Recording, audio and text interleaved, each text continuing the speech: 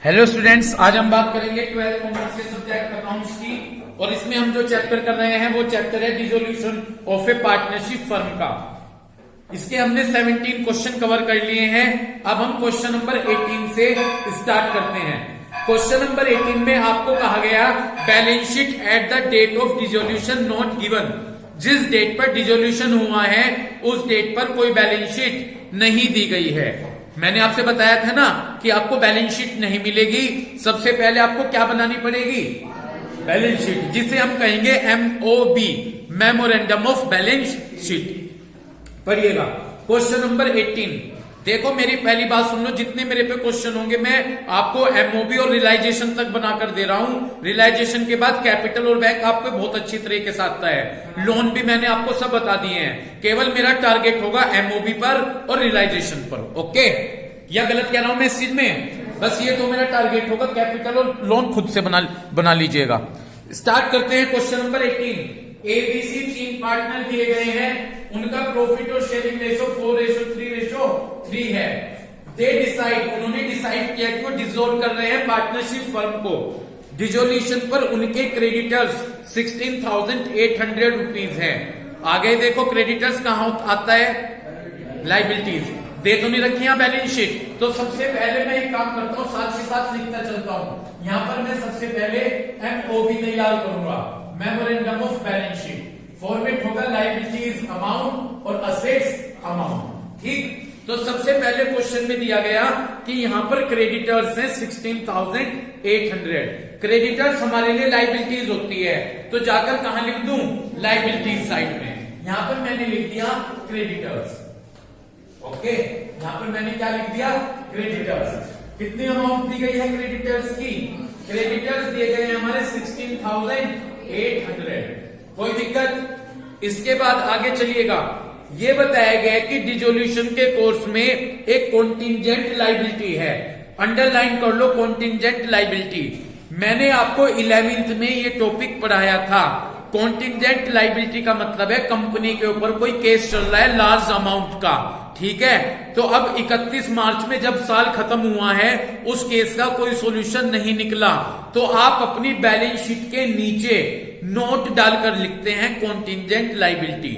वो balance sheet में नहीं दिखाते बल्कि बैलेंस शीट के नीचे नोट डालकर लिखते हैं।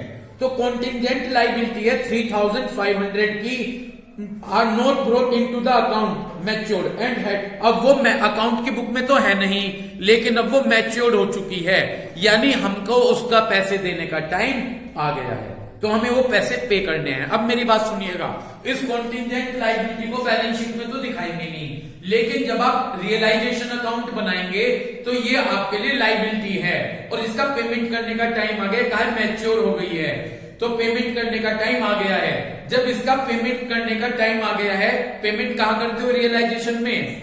टू साइड, तो इसका पेमेंट कर दीजिएगा, लेकिन बैलेंस शीट में आप नहीं दिखाएंगे। कॉन्टिंजेंट लाइबिलिटी बैलेंस शीट में आप शो नहीं करते। क्लियर होगी क्या बात? लेकिन कहां शो करोगे इसे? खर्चा मानकर वहां पेमेंट कर दीजिएगा। आगे चलूं? ठीक। उसके बाद इन्होंने कहा उनकी कैपिटल दी गई है A की, B की, C की। कैपिटल कहां मिलती है?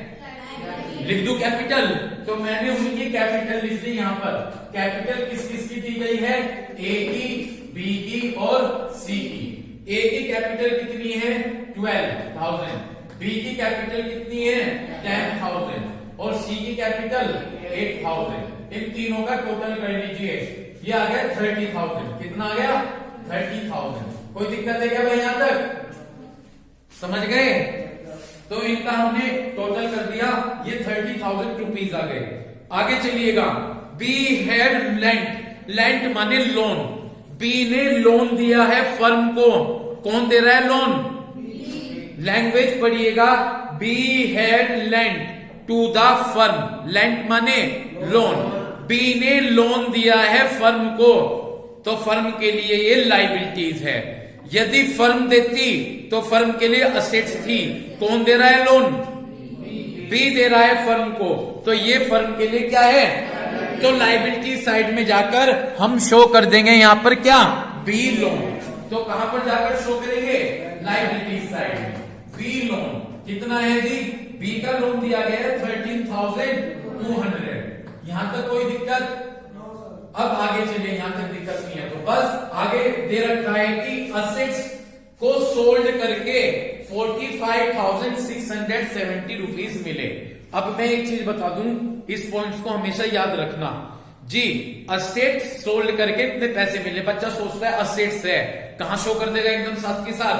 असेट्स में। अगर असेट्स सोल्ड करके जो पैसा मिलता है रियलाइजेशन में लिखते हो, कहां लिखते हो? बाय साइड में। जो असेट्स बेच के पैसा मिलेगा कहां लिखोगे? रियलाइजेशन में, बाय साइड में लिखोगे। क्लियर बात? तो ये कह रहे हैं असेट्स सोल्ड करके इतना पैसा मिला, तो ये कहां शो करोगे? रियलाइजेशन में। ओके, क्लियर हो गई बात? बस जी, और कुछ इंफॉर्मेशन नहीं है, इधर का टोटल कर दीजिएगा और जो टोटल आएगा वो यहां पर हम लिख देंगे। जो टोटल करके बैलेंस बचाएंगे सन्ड्री असेट्स। क्या लिख देंगे? क्योंकि असेट्स ये तो कह रखी है बेचकर इतना पैसा मिला, आपको ये नहीं कहा कि कितनी असेट्स है। तो असेट्स तो जरूर होंगी, तो आपने यहां का टोटल लगाया, यहां का टोटल आ गया ये 60,000। तो 60,000 से आपने यहां पर टोटल लगा दिया और ये आपने दिखा दिया यहां पर। तो आपकी असेट्स कितनी है आपके पास? 60,000। यहां तक कोई दिक्कत? बस आपको क्या ध्यान रखना कि जो असेट सोल्ड करके पैसा मिलेगा वो तो रियलाइजेशन में आएगा। क्लियर? यो आ गई बैलेंस शीट जो कि क्वेश्चन में नहीं दी थी। बस अब हम इससे अपने वही अकाउंट्स तैयार करेंगे। मैं एक रियलाइजेशन अकाउंट तैयार करके दिखा देता हूं आपको इससे। ये मैंने यहां पर लिखा रियलाइजेशन अकाउंट। ओके, मैंने अपना फॉर्मेट बना लिया यहां पर, पर्टिकुलर अमाउंट और यहां पर पर्टिकुलर और अमाउंट। स्टार्ट करूं? जब मैं रियलाइजेशन अकाउंट बनाता हूं यहां पर अपनी असेट्स लिखूंगा। ये रही मेरी असेट्स, कितनी है? 60। तो मैंने यहां पर टू साइड में लिखा टू सन्ड्री असेट्स, कितनी? 60,000। ओके, असेट्स यहां पर लिख दी। लायबिलिटीज यहां पर क्रेडिट में लिखूंगा, पहले असेट्स लिखता हूं फिर यहां पर लायबिलिटीज। सबसे पहले क्या है? बिल्कुल लायबिलिटीज है। तो मैंने यहां पर लिखा बाय क्रेडिटर्स। कितने दिए गए हैं क्रेडिटर्स? 16,800 रुपीज। समझ गए? कैपिटल कहां जाएगी? बी लोन, पार्टनर का लोन है, अकाउंट बना देंगे। क्लियर हो गया? क्लियर यहां तक? अब चलिएगा, अब जब असेट्स तो यहां लिख दी, लायबिलिटीज यहां पर, असेट्स बिककर जो पैसा आएगा यहां पर, और जो लायबिलिटीज का पेमेंट करेंगे, किसी खर्चे का पेमेंट होगा तो यहां पर। शुरू करूं? ठीक, सबसे पहले मैं यही इनका ही निपटारा कर लेता हूं। क्रेडिटर्स हैं, पढ़कर देखना क्रेडिटर्स के बारे में कुछ क्या रखा है, क्या किस तरह पेमेंट हुआ। मेरे हिसाब से पूरे क्वेश्चन में क्रेडिटर्स के बारे में ये नहीं कहा गया, तो अगर कुछ ना कहें तो फुल पेमेंट। इतनी बात क्लियर हो गई? फुल पेमेंट यहां पर कर देंगे।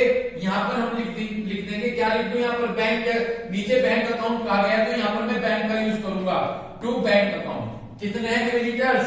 16,800। फुल पेमेंट कर दिया, कोई दिक्कत? पक्का? असेट्स सोल्ड करके लास्ट लाइन में देखो कितने पैसे दे रखे हैं। असेट्स सोल्ड करके जो पैसा आता है उसे हम यहां पर लिखते हैं बाय बैंक अकाउंट, 45,670। कोई दिक्कत है भाई?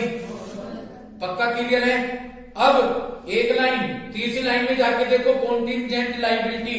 मैंने कहा था बैलेंस शीट में तो नहीं दिखाते, लेकिन ये कंपनी को पैसे पे करने पड़ेंगे, तो पेमेंट किधर की साइड करते हैं? Two side. तो मैंने यहां पर लिख दिया टू बैंक अकाउंट। ठीक है ना जी? Contingent liability. ठीक, कॉन्टिंजेंट लायबिलिटी। क्लियर? कितनी है वे? 3,500। ओके, बस जी, और तो कुछ नहीं कहा गया, सारी इंफॉर्मेशन क्लोज हो गई। अब देखेंगे कि प्रॉफिट बचा है या कोई डिफिकल्ट लग रहा है क्वेश्चन? मेरे हिसाब से बड़े सिंपल सा क्वेश्चन है। बस अब देखेंगे कि प्रॉफिट बचा है या लॉस। यदि मैं क्वेश्चन को चेक करूं तो इसमें हमें लॉस बचेगा। क्या बचेगा? लॉस। और उस लॉस को हम डिस्ट्रीब्यूट कर देंगे पार्टनर्स के बीच में। इतनी बात क्लियर हो गई? जब लॉस बचेगा तो किधर का टोटल एक्सिस मिलेगा? डेबिट साइड का। तो यहां पर मैंने लिख दिया बाय लॉस। वो लॉस किस में डिस्ट्रीब्यूट होगा? ए, बी, सी। टोटल, यदि आप टोटल देखें तो इसका टोटल आएगा इधर का यहाँ पर 80,300 कितना आ जाएगा 80,300।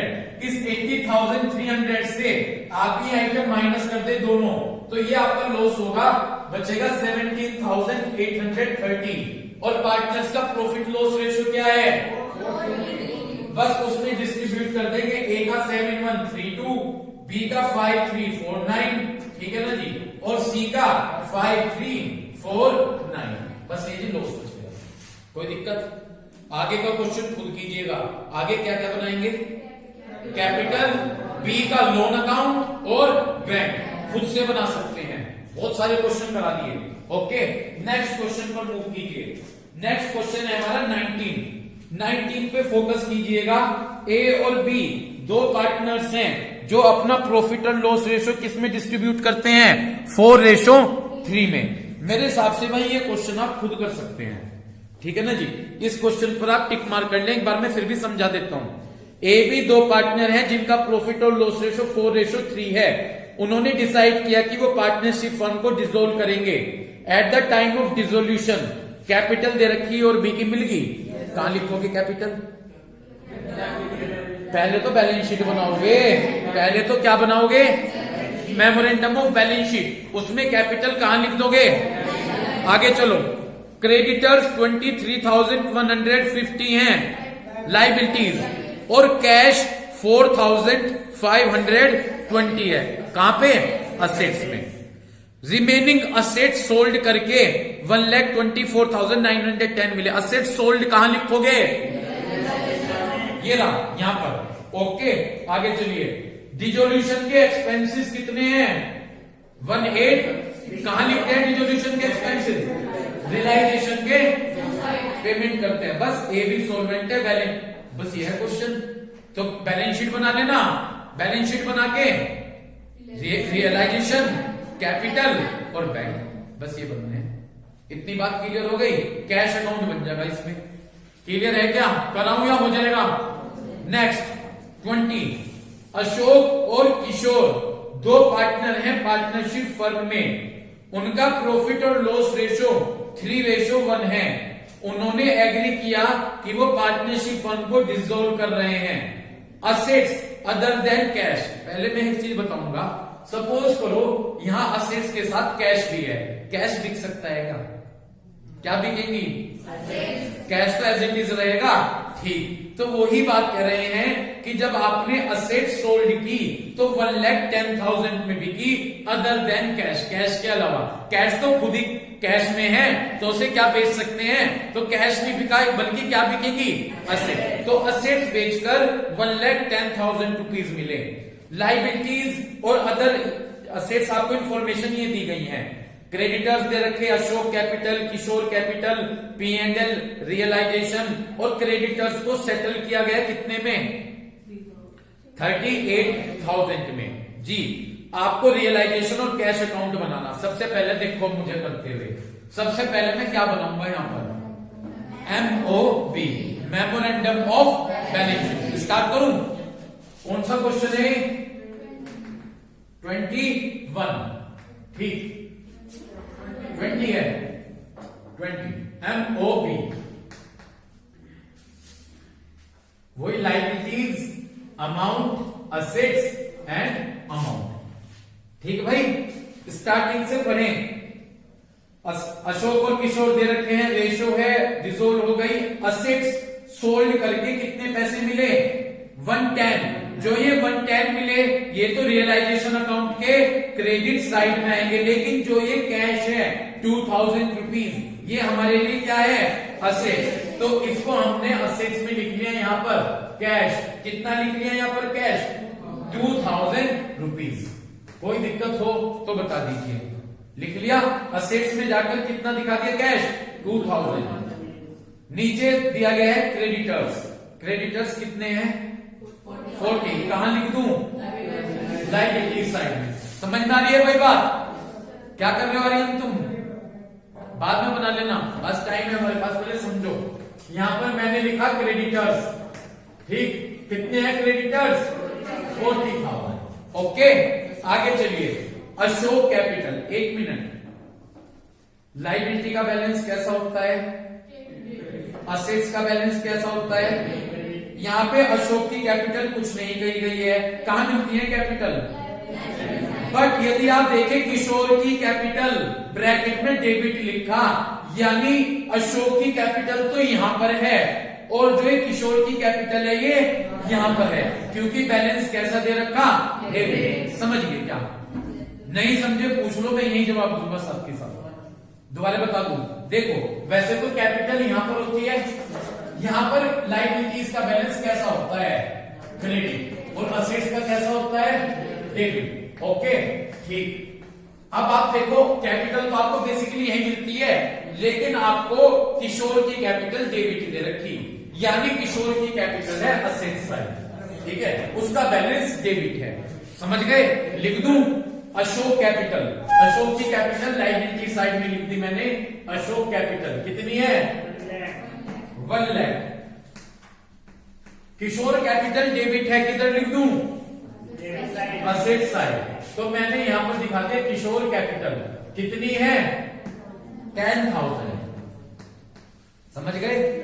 Next P&L debit, P&L debit accumulated, accumulated loss किधर मिलते हैं, असेट साइड, तो हमने यहां पर लिख दिया P&L कितना है जी, 8,000। कोई दिक्कत, कोई दिक्कत है क्या भाई, ठीक। उसके बाद रियलाइजेशन एक्सपेंसेस दे रखे, कहां पे एक्सपेंसेस, रियलाइजेशन के डेबिट साइड में। ओके, बस और कुछ नहीं करना, यहां पर टोटल लगा दीजिए और यहां पर जो बचेगी वो होगी सन्ड्री असेट्स। क्या बचेगी हमारी यहाँ, सन्ड्री असेट्स। यहां पर टोटल लगाया तो 1,40,000 है, इस 140 में से ये मैंने माइनस कर दिए, ठीक है जी, 20, तो सन्ड्री असेट्स कितनी बच गई, 1,20,000। ओके, क्या बनेगा इसके बाद, ठीक, रियलाइजेशन अकाउंट।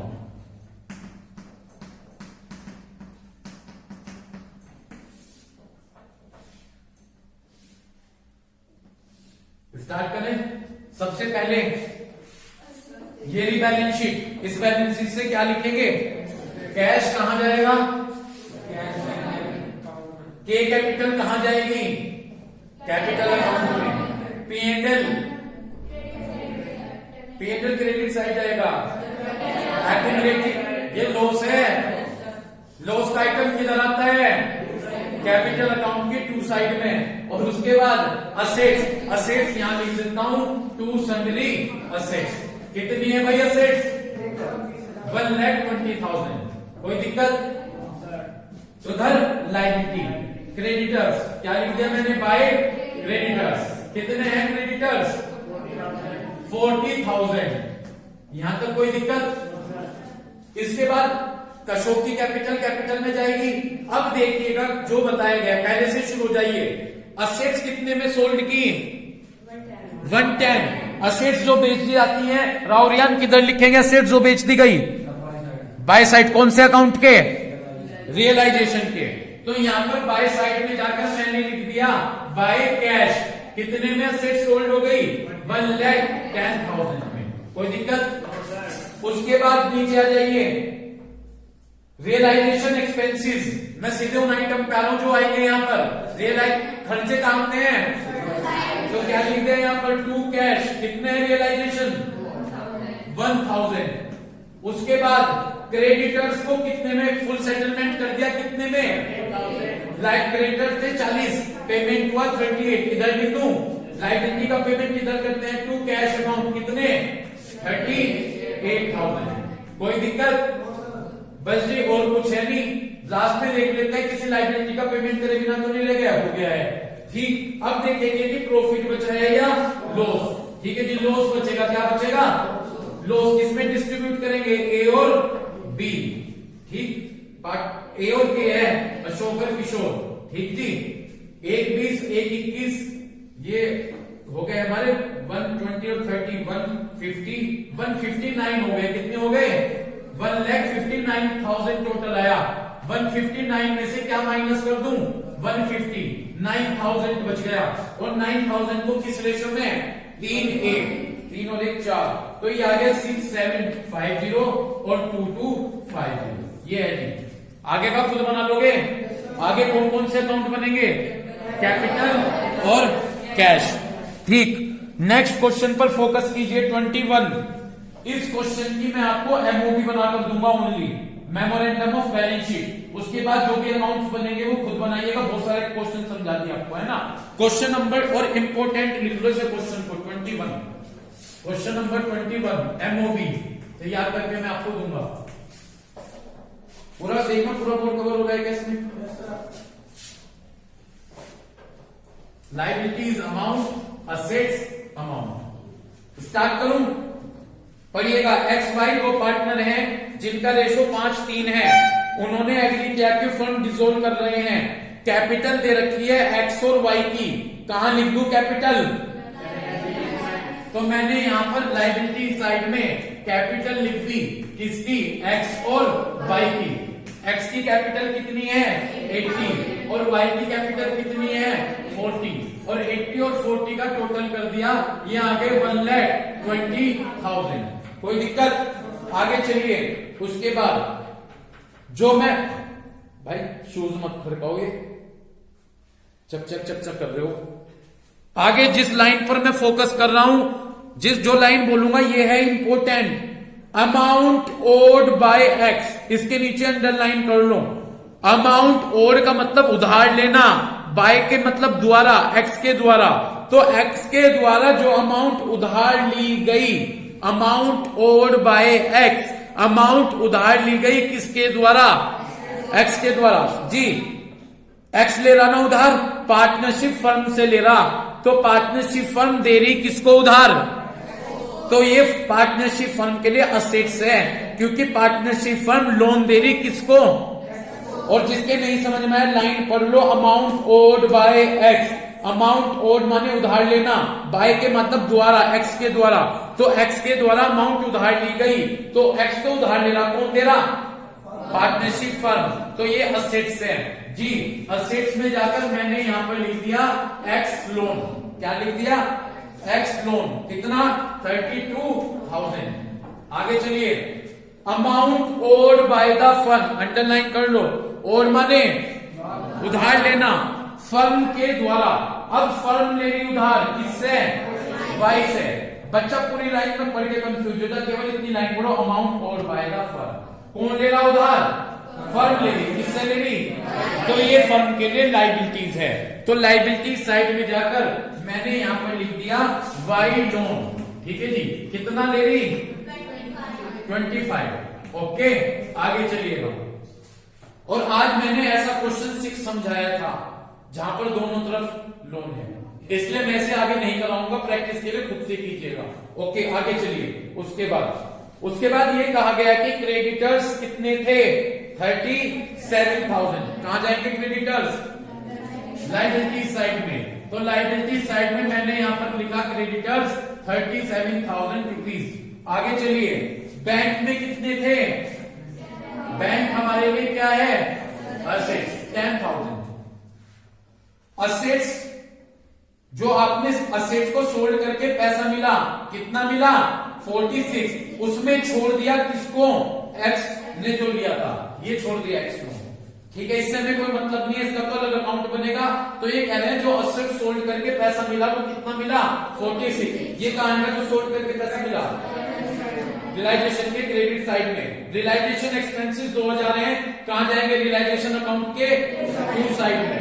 बस जी, बैलेंस शीट बनानी थी, मैंने बना दी। इसका टोटल लगाता हूं। जब इसका टोटल लगाऊंगा 1 20 और 25, 1 45 और 7 1 52, 182 आ गया। 1,82,000 मेरा टोटल आया। इस 182 से मैं ये जब 42 माइनस करूंगा तो ये बचेंगी सन्ड्री असेट्स 1,40,000 रुपीज की। तो सन्ड्री असेट्स कितनी बच गई? 1,40,000 रुपीज की। समझ गए? इसके बाद अब आप कौन कौन से अकाउंट तैयार करोगे? रियलाइजेशन खुद से तैयार करोगे। रियलाइजेशन के बाद कैपिटल, कैपिटल के बाद 2 लोन अकाउंट बनेंगे, एक वाई का और एक एक्स का। और उसके बाद आप क्या करेंगे? Bank account. बैंक अकाउंट हंसोना गलती कर गए। उसके बाद बैंक अकाउंट तैयार करेंगे। इतनी बात क्लियर होगी? बस जी। आज हम इस लेसन में इतना ही करेंगे। तो उम्मीद करता हूं कि जब आप इस वीडियो को चेक करेंगे तो आप इन एमओबी वाले कंसेप्ट्स को क्लियर करेंगे। Thank you.